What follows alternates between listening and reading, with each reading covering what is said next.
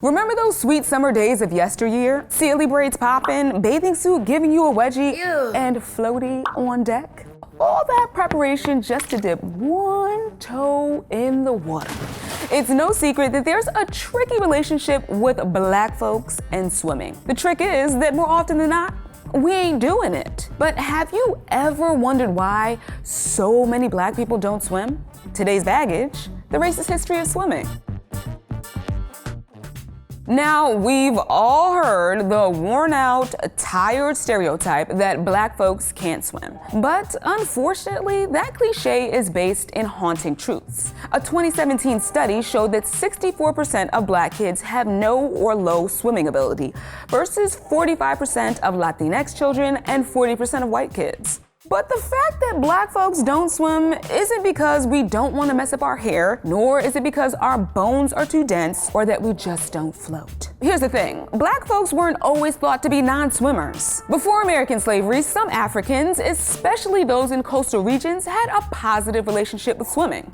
Some were divers, harvesting pearls, searching for gold, and hunting food, while others swam recreationally and, well, to get around. From 1492 up until the 19th century, people of African descent could often swim better than Europeans and their descendants. But even the most fierce swimmers were no match for the horrors of the transatlantic slave trade.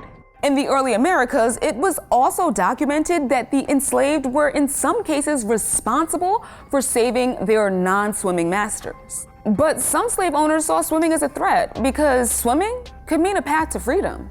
That fear of black independence eventually infiltrated practically every aspect of American society. As you all are well aware, there were actual laws policing black people's existence, including when and where black folks could swim. According to Jeff Wiltse, author of Contested Waters, A Social History of Swimming Pools in America, pools were first segregated by gender during the late 19th and early 20th centuries. This meant that at first, black and white swimmers swam together at public pools. But by the 1920s, Jim Crow laws were in full effect and public swimming facilities became segregated by race.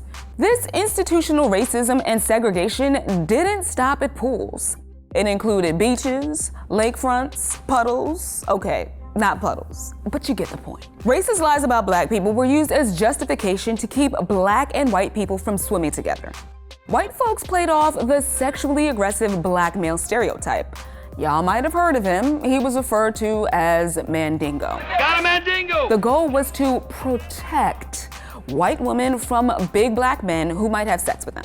While pools were legally segregated in the South, up north there was de facto segregation. Pools were often located in white neighborhoods miles away from black folks. Black swimmers were often harassed and faced with violence, which just reinforced segregation. As the civil rights movement picked up steam, these discriminatory swimming practices were met with more and more opposition. Do y'all remember the movie introducing Dorothy Dandridge with the Queen Halle Berry? Let's run it back to the scene where the iconic Dorothy Dandridge dipped her toe in a hotel pool designated for white folks. Y'all, the hotel management went crazy. And they did what petty racists do and drained the entire pool after. And this actually happened. Dandridge wasn't alone in her protest. Chicago, Rainbow Beach, famous beach on the far south side of Chicago. There was called a wade-in. Randall Jelks is an award-winning history professor at the University of Kansas. The professor grew up during the Jim Crow era, and Jelks knows about the racist history of swimming all too well. There's a famous photograph from the civil rights movement in St. Augustine that black people in the pool and the guys pouring acid in it. It was, again, the perception of sexuality, that this is our space, the water belongs to us, where we don't share a democratic space for everybody to use waters and facilities and pools, and where we rub against each other, our wet bodies touch each other, and so forth. Want to hear another racist lie? Black folks were disease-ridden and flat out dirty. If black kids jumped in it, there would be a pool of ink, and white kids jumped in, they would come out brown. You know, it was the silliest thing, but those were the realities. And that was a reality in my lifetime. After desegregation did its thing, one would think that black people gained equal access to public pools. But y'all know America better than that. it wasn't that simple. While black swimmers could, in theory, use all public pools, many of them, particularly in southern cities, closed or were allowed to crumble as a response to the new laws. And after desegregation, the white folks were like, peace, and began to use private and backyard pools. So what are some of the implications of these laws? The number of children who don't know how to swim is astounding in black communities, but that's access to pools, access to instruction, seeing people look like them being lifeguards. All of those things are affected. And it's no joke. For some, this history has deadly consequences. The link between not knowing how to swim and drowning is undeniable. Aside from birth defects, drowning is the leading cause of death for kids aged 1 to 4. With all that in mind, I bet you could guess which kids have the highest risk of drowning. A 2014 study found that black children between the ages of 5 and 19 were 5.5 times more likely to drown in swimming pools than white kids the same age. And water isn't the only threat. Some black folks still can't swim in peace because of policing-ass white people. Yes, I'm talking about you, Pool Patrol Paula. In recent years, we've still seen black and brown people police the pools and beaches. I mean, we've all heard of Pool Patrol Paula. So why is this still happening? We are still fighting about black bodies touching white bodies, right?